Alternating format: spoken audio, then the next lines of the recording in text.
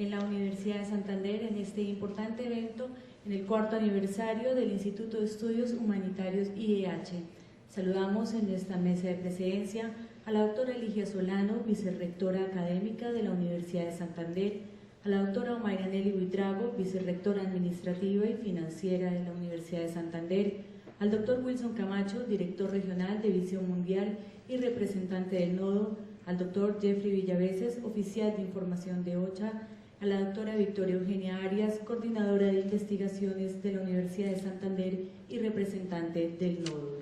De igual manera, queremos hacer un saludo muy especial a nuestros invitados de la Universidad de Harvard, Iniciativa Humanitaria, al doctor Vincenzo Boletino, director ejecutivo, a la doctora Jocelyn Kelly, directora del Programa de Mujeres en Guerra de Iniciativa Humanitaria, al doctor David Schuller, consultor y miembro del Consejo de Notables del Instituto de Estudios Humanitarios y que nos hará lectura de las memorias del 3er aniversario del IEH, a los artistas Chimpey Takeda, director de Aya Project, y Steffi Ferri, artistas invitados, quienes hacen una interesante e importante exposición de sus trabajos en las instalaciones de la Universidad Industrial de Santander.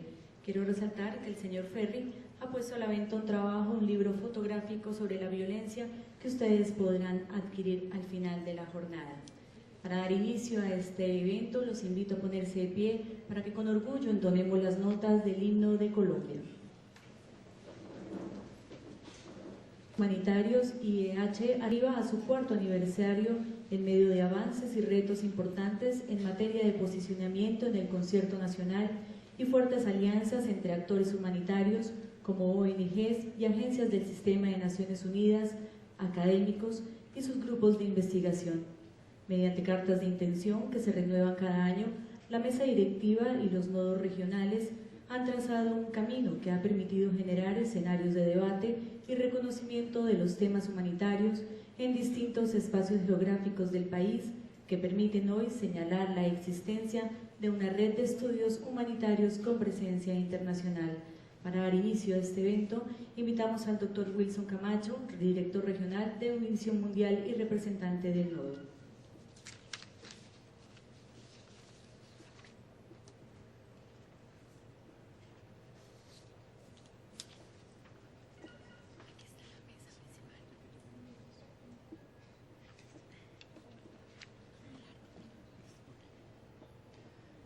Muy buenos días para todos y todas.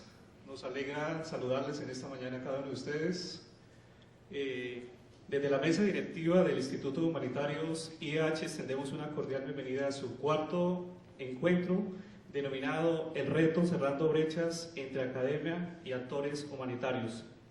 Actividad que dio inicio el día de ayer con sus diferentes paneles y expositores en el Auditorio Luis Calvo de la Universidad Industrial de Santander, y estaremos cerrando hoy desde el Auditorio Mayor de la Universidad de Santander, UDES. Un saludo muy especial a nuestros invitados especiales de la mesa principal, la doctora Ligia Solano Gutiérrez, vicerrectora, la doctora Omaira Nelly Buitrago, vicerrectora administrativa y financiera, la doctora Victoria Eugenia Arias, coordinadora de investigaciones UDES y representante del Nodo. También un saludo muy especial a Jeffrey Villaveses, de la Oficina de Coordinación de Asuntos Humanitarios de las Naciones Unidas.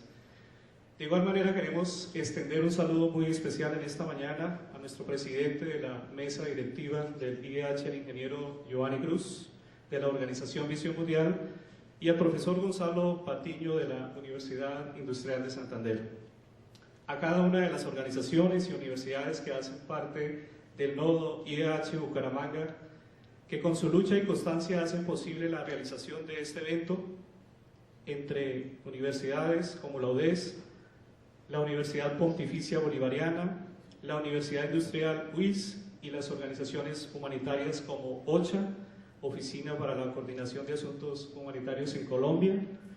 De igual manera, la Corporación Compromiso, Organización Social de Educación e Investigación Popular, que promueve y desarrolla innovaciones de prácticas sociales, políticas, económicas, culturales y ecológicas a través del fortalecimiento de nuevos liderazgos y movimientos sociales democráticos. Saludamos en esta mañana también a la Fundación Estructurar, organización que lidera procesos orientados a mejorar la calidad de vida de las familias en comunidades de alto riesgo social de Bucaramanga y del departamento de Santander, con programas de atención integral para niños, niñas, jóvenes en situación de trabajo infantil, con énfasis en educación y formación orientada al trabajo en el marco de la garantía de derechos. Visión Mundial, organización internacional de desarrollo y ayuda humanitaria, también hace parte de este nodo IDH de Bucaramanga, dedicada a trabajar con los niños, niñas, adolescentes, jóvenes, sus familias y comunidades para reducir la pobreza y la injusticia, contribuyendo con la transformación de los niños y niñas a través de programas y proyectos de desarrollo, atención a emergencias y promoción de la justicia sin distinción de política, religiosa, de raza, etnia o de género.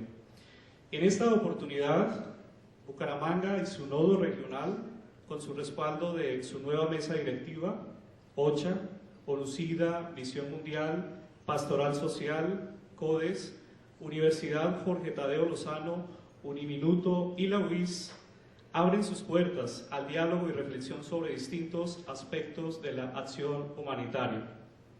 El objetivo central de este encuentro es precisamente analizar uno de los retos prioritarios del Instituto: cerrar las brechas en materia de información e investigación en asuntos humanitarios entre los actores humanitarios y la academia.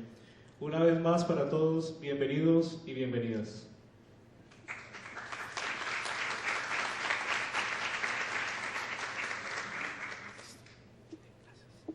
Muchísimas gracias, doctor Camacho. A continuación, invitamos a la doctora Victoria Eugenia Arias, coordinadora de investigaciones de la UDES y representante del nodo.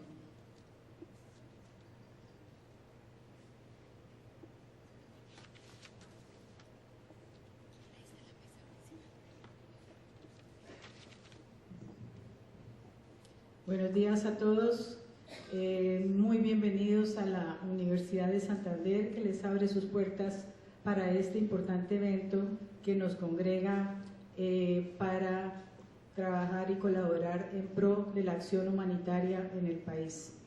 En primer lugar, doy un saludo especial a la mesa directiva que nos acompaña, a los invitados internacionales que vienen a visitarnos y a contribuir y a transmitir los resultados de sus investigaciones en sus respectivas entidades, universidades y como actores individuales, artistas preocupados por el problema del conflicto humanitario y de la violencia en el mundo. También doy una bienvenida a todos mis colegas del nodo del Instituto Humanitario de Bucaramanga. Hemos trabajado a lo largo de 4 años con Visión Mundial, con la doctora Rosalba Jerez, con Elizabeth Martínez, que fue un apoyo fundamental con compromiso, la doctora Leisy de la Universidad Pontificia Bolivariana, Ana Leonor de la Fundación Estructurar, que llueva o truene o relampaguee, nos acompañaron todo el tiempo con su apoyo para poder constituir este nodo y estar en el momento que estamos ya más consolidado. Podemos invitar conferencistas internacionales y hemos contado con el apoyo tanto de la UIS, de la UDES y de la Pontificia Bolivariana. Muchas gracias a todos porque han hecho posible que Santander esté preocupada y esté trabajando por la acción humanitaria. Es un trabajo muy largo, muy lento. La acción entre academia, cerrar la brecha entre academia y ONGs que están trabajando directamente sobre el terreno es un trabajo lento y largo, y lo hemos experimentado a lo largo de estos años. Poco a poco hemos visto algunos resultados, pero nos falta muchísimo porque la academia tiene que vincularse mucho más a través de la investigación y a través de su experiencia con los directos participantes de las ONGs que están trabajando con el conflicto. En este sentido, las ONGs tienen una cualidad muy importante porque ellos llegan directamente a la persona que está siendo objeto de persecución y de violencia. Nosotros, la academia, seríamos unos intermediarios para transmitir y para participar en ese proceso de la acción humanitaria, pero sin esa alianza entre academia y ONGs participantes de estos procesos, no pudiéramos llevar a cabo ninguna acción que beneficiaría a la población que sufre de este problema. Entonces, la idea es reforzar el título que nos congrega acá de este evento, cerrar la brecha que existe entre academia y trabajadores que están sobre el terreno, en el campo, directamente interviniendo con las personas que están siendo victimizadas. A todos una bienvenida, muchas gracias a nuestro coordinador general de Nodo, el doctor Gonzalo Patiño, que nos ha liderado en todos estos procesos duramente y rápidamente, y un agradecimiento a Gerardo, traductor ayer y hoy, que nos ha acompañado en el proceso. A todos bienvenidos, ojalá que todos con este proceso nos concienticemos de que como universidad, como ONGs, tenemos que vincularnos con la población victimizada, porque es la única manera de superar el conflicto. Muchas gracias a todos y bienvenidos.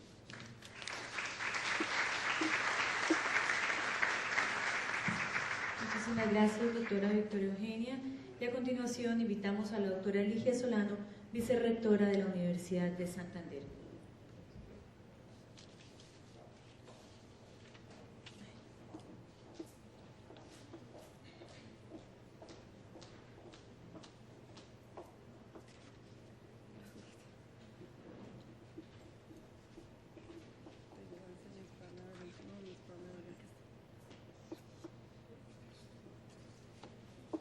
Muy buenos días para todos. Un cordial saludo a los miembros de la mesa directiva, a los doctores visitantes, a los conferencistas que nos acompañan, a los directivos de la universidad, a los invitados especiales, a los docentes, a los estudiantes. Un saludo especial de nuestro rector, el doctor Jaime Restrepo Cuartas, quien se excusa por estar atendiendo compromisos adquiridos con anterioridad por su trabajo. Les dejo un cordial saludo y muchos éxitos en el evento. Reciban un cordial bienvenida a la Universidad de Santander. Les reitero las palabras de la doctora Victoria Eugenia Arias. Nos complace tenerlos como visitantes, compartiendo sus experiencias en temas tan importantes como género y conflicto, seguridad e inseguridad alimentaria y uso de tecnologías para salvar vidas, todos de especial relevancia en la formación de nuestros educandos.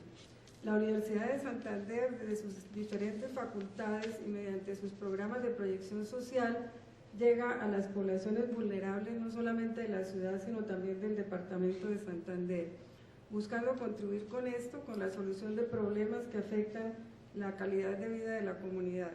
Para mencionar algunos de ellos de especial relevancia y magnitud, fue la participación de la Facultad de Salud en el programa Isaú en su barrio, liderado por la Alcaldía de Bucaramanga en cabeza del doctor Fernando Varas Mendoza, el cual cubrió a 135.000 familias y 62.000 personas, realizando un diagnóstico socioeconómico, de educación, ocupación y de salud, en el que Alaudez participó capacitando 1.200 personas en temas de salud pública y en la formación de líderes de la comunidad para ser multiplicadores en sus barrios de sus derechos y deberes. Este fue un programa sin precedentes en la historia de la ciudad, ya que se anticipó al marco legal en salud que rige actualmente en el país, por lo cual tuvo un reconocimiento nacional debido a que trabajó de la mano con la Estrategia Unidos por la Prosperidad, programa de acción social de la Presidencia de la República y que busca erradicar la pobreza extrema. Otro ejemplo para mencionar son las asesorías jurídicas que realiza la Facultad de Derecho y los programas para microempresarios desde la Escuela Empresarial que maneja la Facultad de Administración en convenio con Visión Mundial. De igual manera, en los planes de estudio de los programas académicos se contempla en el componente profesional complementario asignaturas del área de humanidades mediante las cuales se hacen diferentes reflexiones y ejercicios sobre los derechos humanos y los derechos fundamentales que contempla nuestra Constitución política. Todo esto con el fin de sensibilizar y concientizar a nuestros estudiantes de la importancia de reforzar valores y principios que son fundamentales para la convivencia pacífica.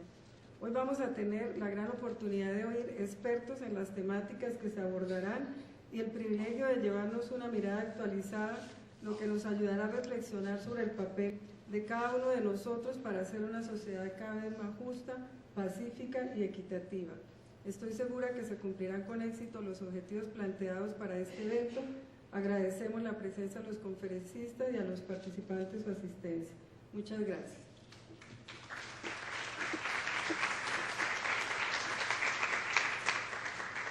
Muchísimas gracias, doctora Ligia. Para dar inicio a esta jornada académica, invitamos al doctor David Schuller, consultor y miembro del Consejo de Notables del Instituto de Estudios Humanitarios, que nos hará lectura de las memorias del tercer aniversario del IEH.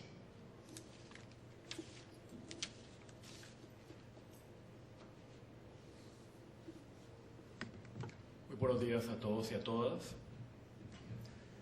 Yo quisiera hacer un par de puntos generales solamente acerca de este producto de las memorias del tercer aniversario, el año pasado, el cual se sostuvo en la ciudad de Bogotá. El año pasado tuvimos la primera conferencia regional que miró los desafíos del conflicto armado en Colombia, que fue realmente, para comenzar, una oportunidad para evidenciar lo que es el impacto del conflicto armado, no solamente desde una perspectiva central de Bogotá, sino también mirando la situación en regiones a veces un poco olvidadas, pero que también son igualmente impactadas por el conflicto, y donde hay a menudo un alto nivel de conocimiento que debe ser compartido para generar una retroalimentación. Las regiones incluyeron La Guajira, norte del Cesar, norte de Santander, Bolívar, primordialmente Montes de María, integrando secciones de varios departamentos, Magdalena Medio, Córdoba, Arauca, Bogotá y principalmente municipio de Soacha al sur de Bogotá, Huila, el Valle del Cauca, Chocó, Nariño, Putumayo y el sudeste, primordialmente Meta. Eso permitió también un análisis integral del impacto humanitario al agregar la información que provenía de expertos de cada una de las regiones. Tuvimos la oportunidad de mapear esas dinámicas, enfocándonos en los actores, los factores, las vulnerabilidades, pero sin olvidar las capacidades y los recursos que también hay en cada una de esas zonas, con los cuales cuentan las comunidades para poder sobrepasar los retos que enfrentan. Escribió en la contraportada de este producto una frase que me parece relevante el ingeniero Giovanni Cruz, que fue: el resultado no es solamente un recurso confiable, sino también uno digno de sistematización y distribución. Y me parece que hemos llegado ahora al momento de poder compartir este producto, de ver el valor que tiene, no solamente como unas memorias de un evento, sino como realmente un valor agregado, como algo que nos permite mirar la situación humanitaria desde muchas perspectivas diferentes, mirando las contribuciones de todas las organizaciones tan diversas que forman parte de este instituto a nivel nacional, y de poder tener un enfoque que va mucho más allá de lo central, enfocándonos también en lo que expertos de Bucaramanga, de Santander y otras regiones del país podían contribuir. Me parece que es un esfuerzo muy valioso. Para concluir, quiero decir que debemos ahora de continuar nuestros esfuerzos para evidenciar el impacto humanitario del conflicto armado, al igual que desastres socionaturales en Colombia. Debemos retroalimentarnos a través de un diálogo interregional, teniendo en cuenta la gran cantidad de experticia que existe en todas las regiones del país, primordialmente esas que son más directamente afectadas por el conflicto y por desastres, y analizar las dinámicas de una manera integral y constructiva, yendo más allá de las perspectivas de una organización o de otra y tratando de generar un análisis riguroso que sea lo más imparcial y objetivo posible. El producto está disponible y los invito a todos ustedes a que lo puedan acceder en la página web del Instituto de Estudios Humanitarios. Puedo darles el enlace, también hubiera sido bueno si lo hubiéramos podido presentar, pero básicamente es www.colombiassh.org HSI 3 ANIV ANNIB. Si tenemos una conexión podríamos mostrarlo solamente por un instante.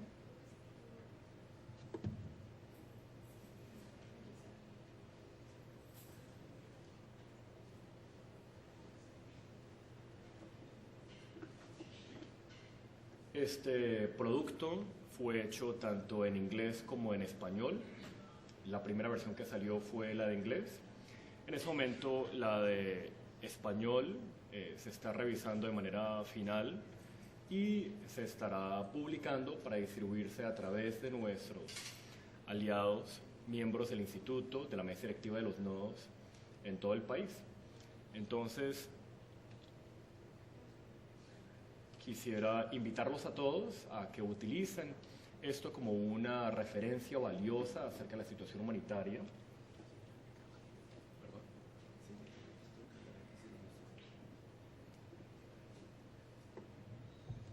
Y quisiera darle un agradecimiento especial a todas las organizaciones de la mesa directiva, tanto en el momento en el cual se sostuvo el tercer aniversario, como después en el proceso de producción del reporte y publicación. Y estas incluyen Visión Mundial, Pastoral Social, CODES, ONUCIDA, el Centro de Información de las Naciones Unidas, la Universidad de los Andes, Universidad de los Andes Táchira, Venezuela, la Universidad Industrial del Santander y la Universidad de Bogotá, Jorge Tadeo Lozano, sin olvidar a OCHA. ¿Alguna adicional? No. Todas. Perfecto. Este evento que estamos teniendo el día de hoy es una continuación muy grata de esa tradición que espero se siga consolidando a través de los años con este diálogo interregional, ahora aprovechando los recursos y el compromiso de parte de los miembros del nodo de Bucaramanga, y espero sinceramente que en un futuro podamos continuar en este camino, también utilizando los recursos y dependiendo del compromiso en otras regiones del país y teniendo este diálogo tanto en una zona como a través del país. Ojalá podamos tener la segunda conferencia regional y muchas más a través de los años. Entonces quisiera agradecerles a todos ustedes su tiempo y les doy una muy cálida bienvenida.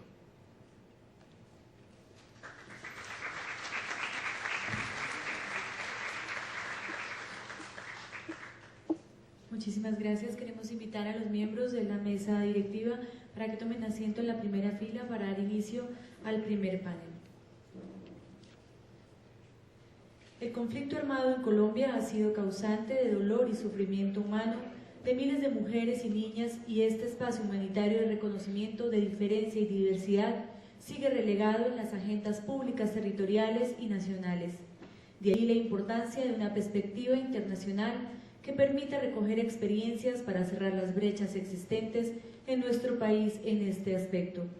Invitamos a los expositores Jocelyn Kelly de Harvard Humanitarian Initiatives, Elizabeth Martínez de la Fundación Compromiso. Perdón, tenemos un cambio. Analizar las repercusiones de la inseguridad alimentaria en el estado nutricional de la población en situación de riesgo y vulnerabilidad es fundamental para comprender el alcance de la política pública.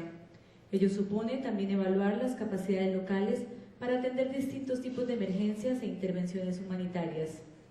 Invitamos a los doctores Oscar Herrán Falla, Ángela Marcela Gordillo Motato, Gonzalo Patiño, la moderadora Jenny Albornoz, para que den inicio a este panel.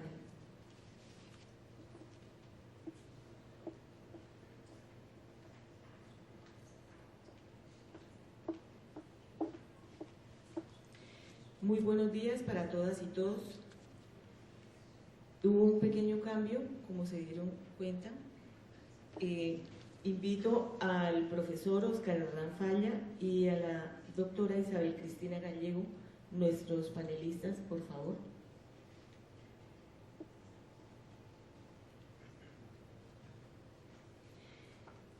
El profesor Oscar Hernán Falla, del Centro de Investigaciones Epidemiológicas de la Universidad Industrial de Santander, es director del Observatorio Epidemiológico de Enfermedades Cardiovasculares, el grupo categorizado A1 en Colciencias.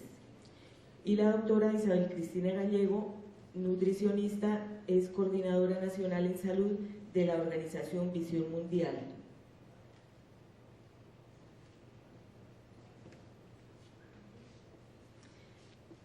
Bueno, la metodología es la siguiente. Luego de escuchar a nuestros panelistas, tendremos 5 minutos para preguntas y respuestas, pues 5 minutos en aras del tiempo, ¿no?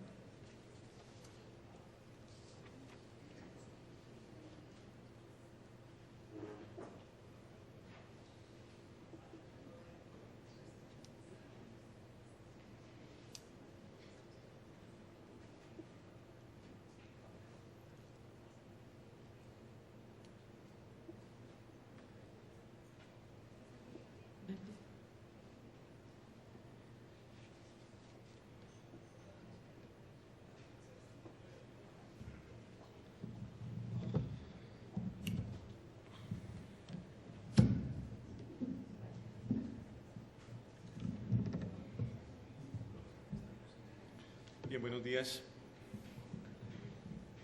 Yo voy a hacer una presentación utilizando algunas cifras como a manera de introducción, porque entiendo que el tiempo también está limitado, sobre lo que algunos elementos que hemos logrado como consolidar y avanzar en el tema de seguridad alimentaria. ¿Me pasas, por favor? Gracias. Bueno, la primera parte tiene que ver con una reflexión que hemos logrado hacer dentro de la red, y es que hay un gran desfase en el discurso de la atención, es decir, en el tema de seguridad alimentaria y atención en estado de nutrición. Nosotros somos desbordados por la dinámica poblacional. Con esto quiero decir que la dinámica poblacional tiene una velocidad mucho mayor que la que tiene la investigación, y que cuando nosotros logramos algunas explicaciones y tratamos de comprender algunos fenómenos, esos fenómenos ya han cambiado porque la dinámica poblacional tiene mayor velocidad. Y eso entonces nos pone en un nuevo reto, porque cuando logramos explicar y comprender, mientras traducimos esa explicación y esa comprensión a política pública, y la política pública se financia y empieza a ejecutarse, la realidad de la población ya es otra. Creo que esto no solamente pasa en el tema de seguridad alimentaria y en el estado de nutrición, creo que eso pasa con muchas otras dinámicas que tienen que ver con las poblaciones y con las sociedades, pero digamos que eso está pasando, y voy a hacer un rápido repaso de cómo ha venido pasando esto en América Latina y pues en particular en Colombia. Nosotros empezamos a tratar el tema de la alimentación y la nutrición a partir de los años 50 y 60 básicamente, y lo empezamos a abordar desde la Alianza para el Progreso. Casi que ahí fue cuando nace y se empieza a entender esto de la ayuda alimentaria en estos países. Y en ese momento nuestra realidad era básicamente enfermedad carencial, desnutrición y sociedades más rurales que urbanas. Y digamos, todo lo que aprendimos, y eso incluyó la creación de facultades donde se estudiaba el tema de la alimentación y la nutrición, se quedó con ese discurso. Y ese discurso hasta 1990 era muy vigente. Sin embargo, la dinámica de la población había cambiado. Nosotros tenemos transición demográfica, tenemos transición epidemiológica y tenemos transición nutricional. Y el discurso se mantenía. Cuando cambió el modelo económico, y en particular en Colombia estoy hablando de los finales de los 80s, comienzos de los 90s, nosotros pasamos de un Estado que se encargaba y respondía de los individuos a un Estado que le entregó a los individuos la responsabilidad de muchas cosas, y entre esas otras muchas cosas le entregó la responsabilidad de cuidarse, de atender su alimentación y de atender su estado de nutrición. Y digamos que ese cambio que hizo ya no la responsabilidad no estaba centrada en el Estado, sino centrada en el individuo, hizo que los sistemas de atención, obviamente en salud y alimentación y nutrición, pues también cambiaran sus enfoques. Sin embargo, el discurso seguía siendo el mismo. Entonces ahí había una gran brecha y seguíamos creyendo y pensando solamente en enfermedades carenciales y en desnutrición. Solamente hasta el año 2000 se hizo visible para estos países con algo que confluyó, digámoslo así, en diferentes escenarios. Se hizo visible que el tema de la desnutrición ya no era el centro de la atención, sino que era el tema de la obesidad, y que era la obesidad por un mecanismo que era diferente al de los países desarrollados, que se llamaba de afluencia, de riqueza, sino que el tema de la obesidad en nuestros países era por la vía de la pobreza. Y solamente hasta el 2000 se hizo muy visible y se llamó la atención en eso, y obviamente cuando se llamó la atención en eso, otra vez los mecanismos de explicación y de comprensión, redireccionándose, no logran entender ni comprender el fenómeno, y entonces tenemos el discurso de la atención completamente desfasado del discurso, de la dinámica y de la realidad poblacional. La política no logra ir al nivel de la realidad, y la política obviamente es producto en teoría del discurso. Entonces, digamos, tenemos una gran brecha en estas dos situaciones. Nosotros ahora tenemos pues una sociedad que es eminentemente urbana, una sociedad que experimenta nuevas formas de pobreza, es decir, que sigue siendo pobre, pero que tiene unas nuevas formas de pobreza, familias que son relativamente pequeñas, que en esa transición demográfica pasaron de ser familias grandes a familias pequeñas, tanto pobres como ricas, porque en el discurso pasado teníamos que los pobres eran familias numerosas y los no pobres eran familias más pequeñas. En este momento tenemos casi los mismos tamaños por hogar, y familias que incluso en la pobreza están consumiendo más energía de la que necesitan, contrario a lo que pasaba en los 60, donde las familias pobres no consumían ni siquiera la energía que requerían. Es decir, que la inseguridad alimentaria aquí no se está dando por la vía de la falta de consumo de energía, sino por la vía del exceso de consumo de energía, con unas características: alimentos densos en energía, pero pobres en densidad nutricional, ¿sí? Digamos, son otros fenómenos los que tenemos, y también donde las enfermedades infecciosas, que eran la primera asociación que se hacía para explicar la deficiencia, incluso se han declarado como erradicadas, y donde tenemos ahora epidemias de enfermedades crónicas no transmisibles. Entonces, digamos, tenemos los mismos problemas como efecto, pero mecanismos distintos para explicar el cómo se llega a esos problemas. Bueno, esa digamos que es el primer mensaje que quiero mandarles a ustedes. Entonces, en resumen, hay un desfase entre el discurso y la dinámica poblacional, que hace que cuando la política empieza a ejecutarse, esa política no está en coherencia con la realidad de la población. Bueno, yo rápidamente voy a pasar por uno de los tantos conceptos que hay en el tema de seguridad alimentaria. He traído una de las muchas que hay. Existen más de 200 definiciones de qué es seguridad alimentaria, y pues el complemento, la inseguridad alimentaria. Yo traje una donde habla de acceso a los alimentos para llevar vida saludable en todo momento. Habla de suficiencia de alimentos, habla de calidad de los mismos, que tiene que ver con el tema de la inocuidad de esos alimentos. Diferentes niveles donde eso puede pasar. Los hogares y los individuos deben ser capaces de acceder. El acceso físico tiene que ver con la capacidad casi siempre de acceder en términos de ingreso a los alimentos, y el consumo debe estar mediado por agua potable. Esta es una definición que no es la definición como decíamos ahora, la oficial de la FAO. Acá hay un tema muy importante y es el agua potable. Si uno tuviera todo menos agua potable o estuviera en riesgo ese acceso al agua potable, uno podría declarar una sociedad en inseguridad alimentaria. Eso es muy importante tenerlo en cuenta. Condiciones sanitarias y además otro elemento muy importante, cuidado a la salud. Es decir, el acceso a la salud, si no estuviera garantizado, inclusive en su calidad, por supuesto, pues uno también pudiera pensar que está la sociedad en inseguridad alimentaria. Es decir, que el tema de la seguridad alimentaria no es un problema solamente de si comemos o no comemos o de si existe acceso a los alimentos o no.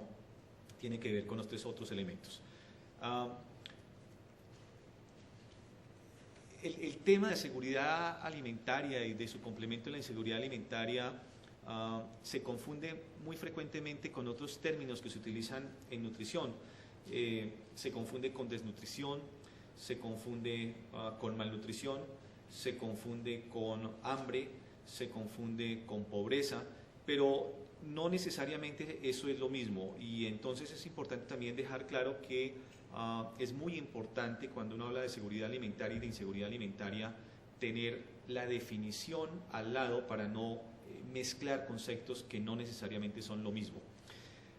Uno puede hablar de inseguridad alimentaria crónica cuando hay una dieta inadecuada que persiste por la incapacidad continua en el hogar de tener los alimentos. Y aquí yo he puesto entre paréntesis el término pobreza, pero no necesariamente es exclusivamente para los pobres. Es decir, eso puede ocurrir en cualquier hogar o en cualquier individuo que incluso no sea pobre. Es decir, si hay incapacidad continua en el hogar de tener los alimentos, pues se configura esa inseguridad alimentaria crónica, y la vía puede ser, hay muchas vías, ¿cierto?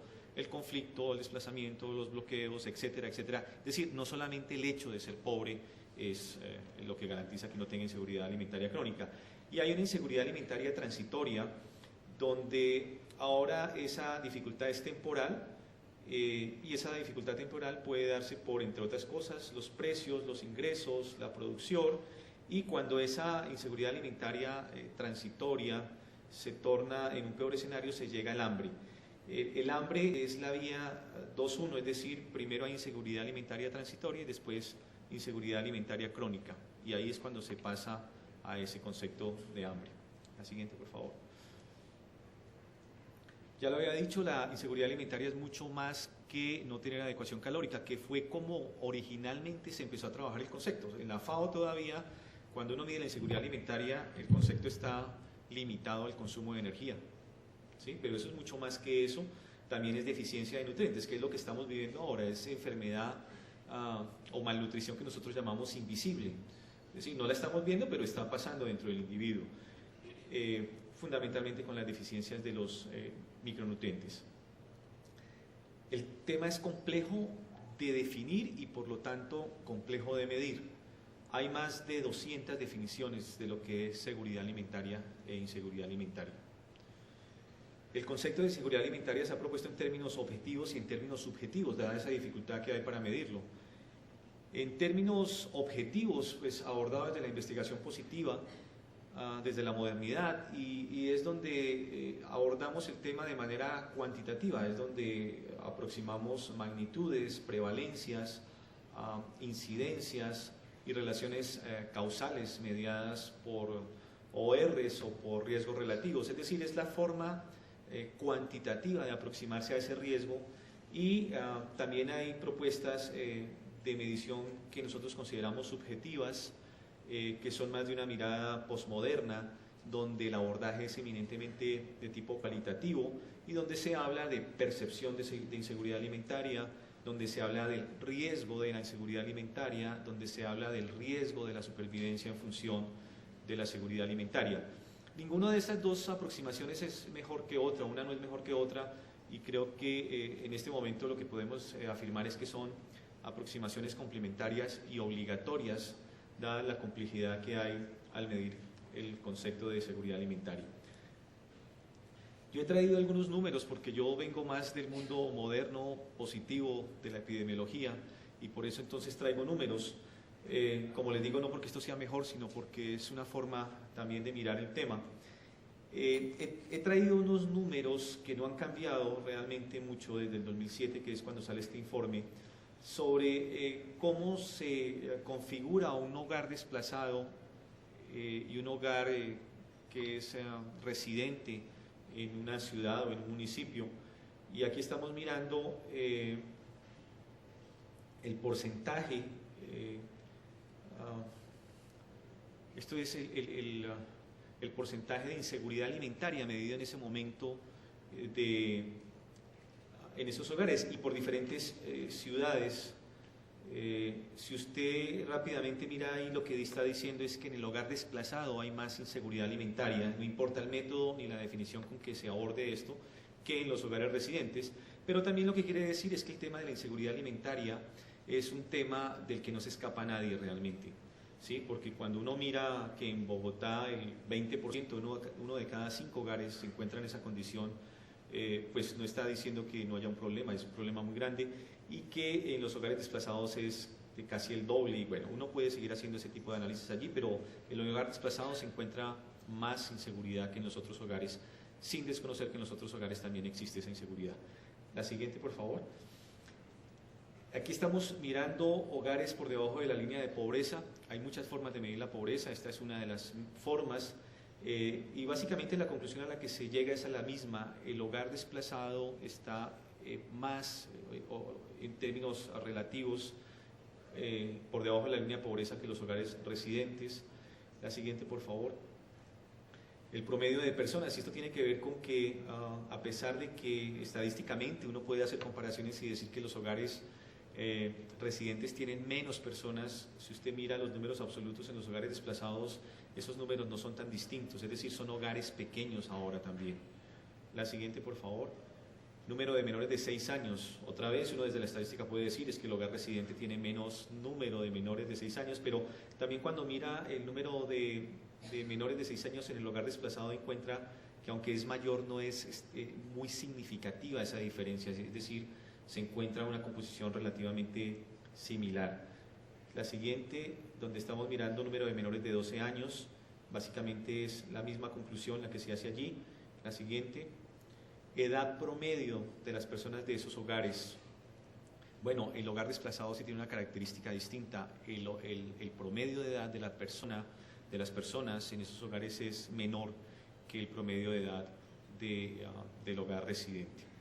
La siguiente, bueno, tasa de dependencia económica, básicamente lo mismo. La siguiente, jefatura femenina, también aquí se encuentra que no es muy distinto en términos absolutos esto. Es decir, básicamente con esto quiero mostrarles a ustedes es que cuando uno habla de hogar desplazado y de hogar residente, la conformación del hogar no es muy diferente en estos números, pero sin embargo sí hay detrás de todo eso unas diferencias muy grandes. Bueno, aquí estamos mirando si ha recibido algún tipo de ayuda humanitaria de emergencia, según si está registrado o no en las diferentes formas que tiene el Estado de registrar al hogar desplazado. Y lo que estamos viendo básicamente es que, con algunas excepciones en Sincelejo y en Villavicencio, si usted no está registrado, o si el Estado no lo ha reconocido formalmente como un hogar desplazado, usted no puede acceder a la ayuda humanitaria de emergencia en el tema de los alimentos. Y lo mismo con el tema de la salud. Por esto, tal vez la importancia de ese tipo de visibilización que se hace con el registro. Bueno, digamos que ese es como los dos primeros mensajes. ¿Voy en 5 minutos o me quedan 5?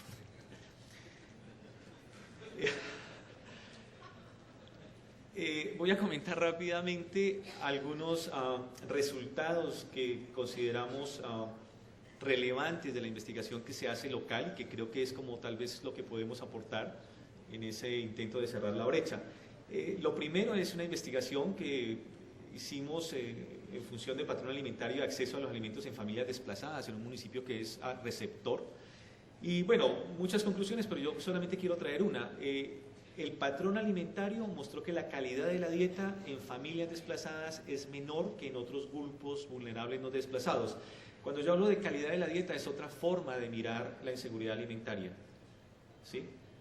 Calidad de la dieta. Las familias que gastan en alimentos en promedio la mitad del salario mínimo.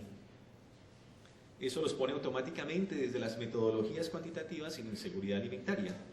Y solo el 5% de las familias están seguras, es decir, el 95% de las familias desplazadas están en inseguridad alimentaria, en este municipio de Girón. La siguiente, por favor. Esta tiene que ver con una caracterización del consumo de alimentos en familias desplazadas del municipio de Lebrija, otro de los municipios que es receptor de desplazamiento, y traje una de las conclusiones. En Lebrija, las familias de este estudio muestran una proporción de inseguridad alimentaria mucho mayor a los estudios nacionales. Bueno, eso es una confirmación de todo lo que ya hemos dicho. Evidenciado en la deficiente calidad, otra vez en la calidad, y aquí sí logramos hacer una aproximación, una asociación interesante, consecuente con el bajo ingreso y además con algo muy importante, el desconocimiento de las alternativas nutricionales, es decir, que un mecanismo que es la educación aplicada al tema de la alimentación y la nutrición.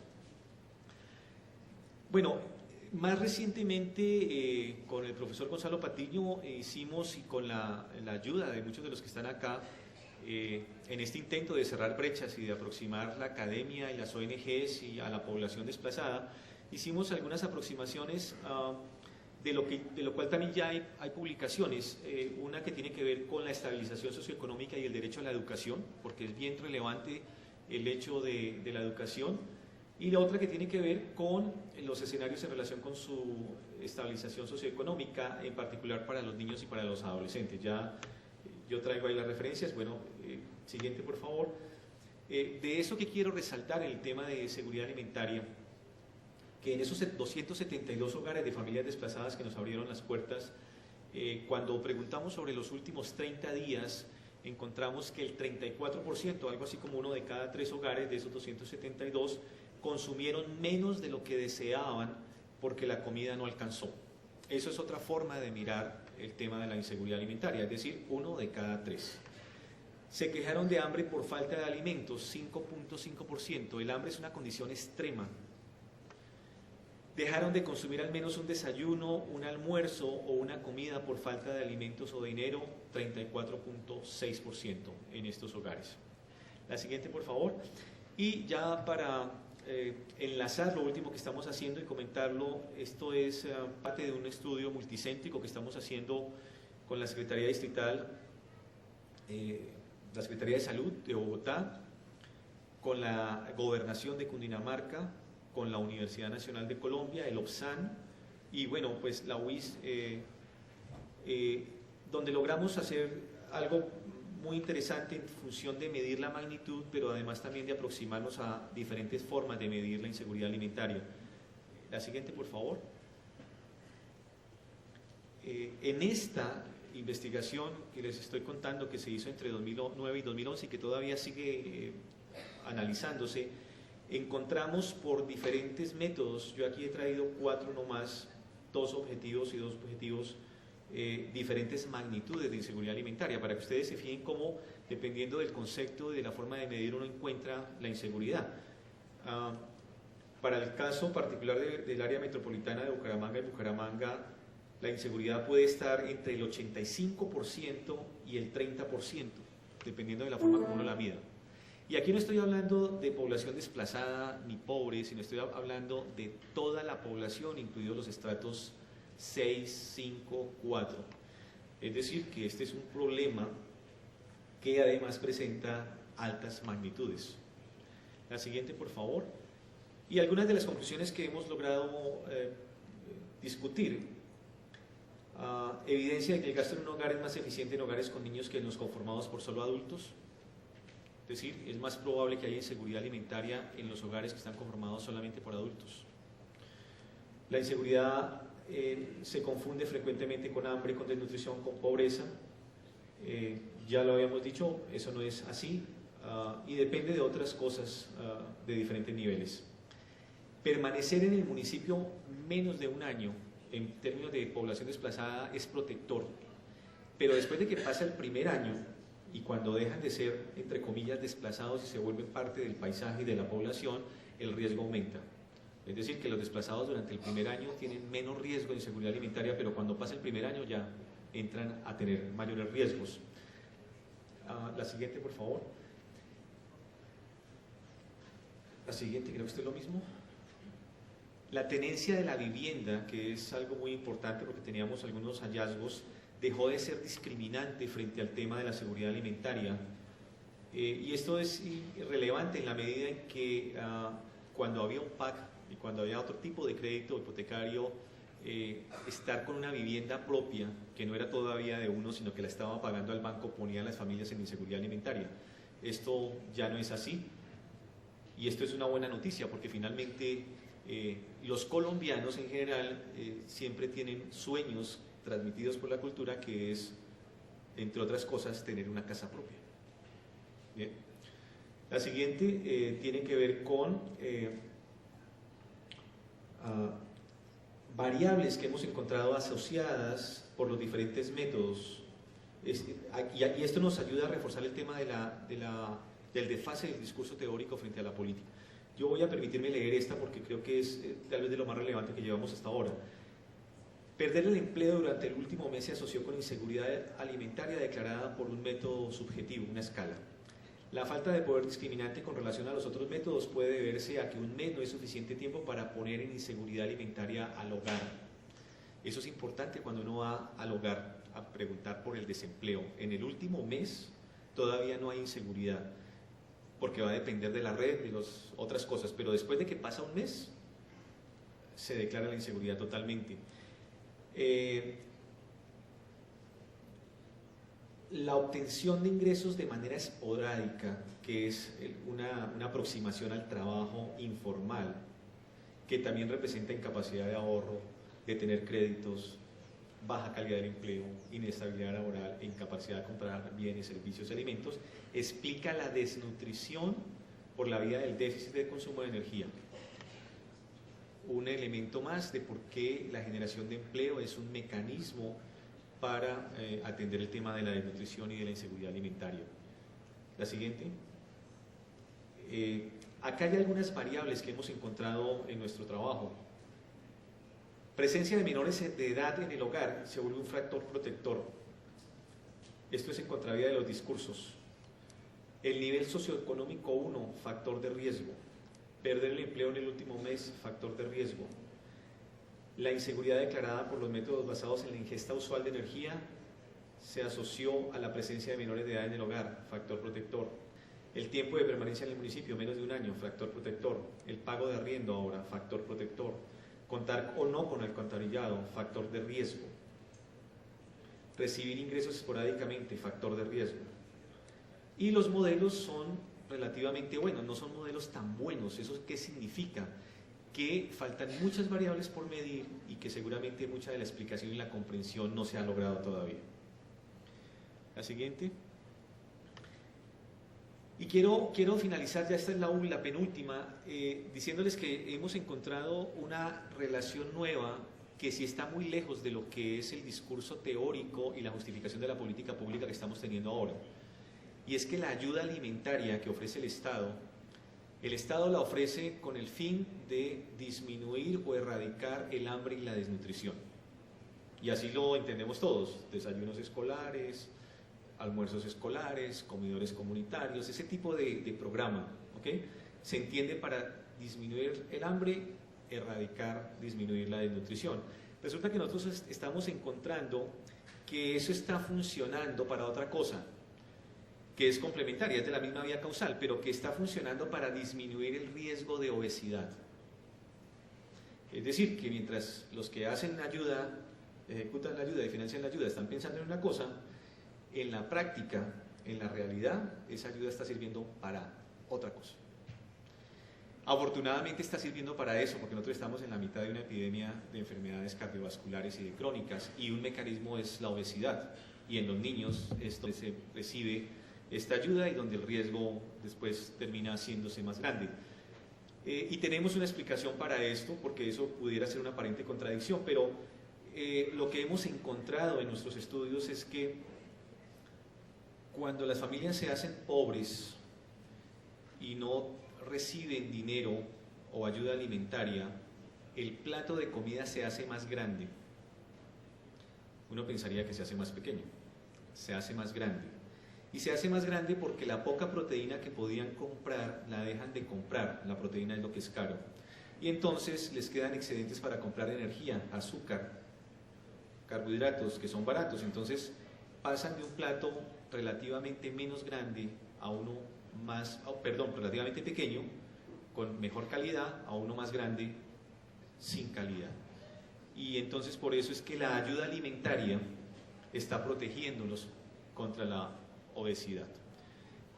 Bueno, más evidencia, ya tenemos más publicaciones, obviamente no hay tiempo para mencionarlas, pero muchas de estas inclusive están en línea, pero ustedes ya las pueden conseguir porque, por ejemplo, Biomédica, hay 2 publicaciones en línea, unas que tratan sobre las herramientas para medir la inseguridad alimentaria, otras que traen un análisis sobre las variables asociadas y sobre los elementos para la política pública y la política social, desde lo que nosotros consideramos que es acercar el discurso teórico a la realidad que viven las sociedades, y otra que tiene que ver con algo muy importante, que tiene que ver con la cultura alimentaria, que es cómo se distribuye dentro de un hogar la energía y los macronutrientes en los hogares colombianos, porque tiene que ver con las intervenciones y tiene que ver con las relaciones de poder que se dan al interior del hogar.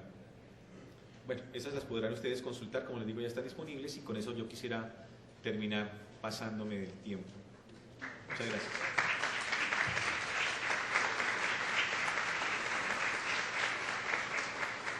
La mecánica son preguntas ahora, ¿cierto? Después de la otra, ok.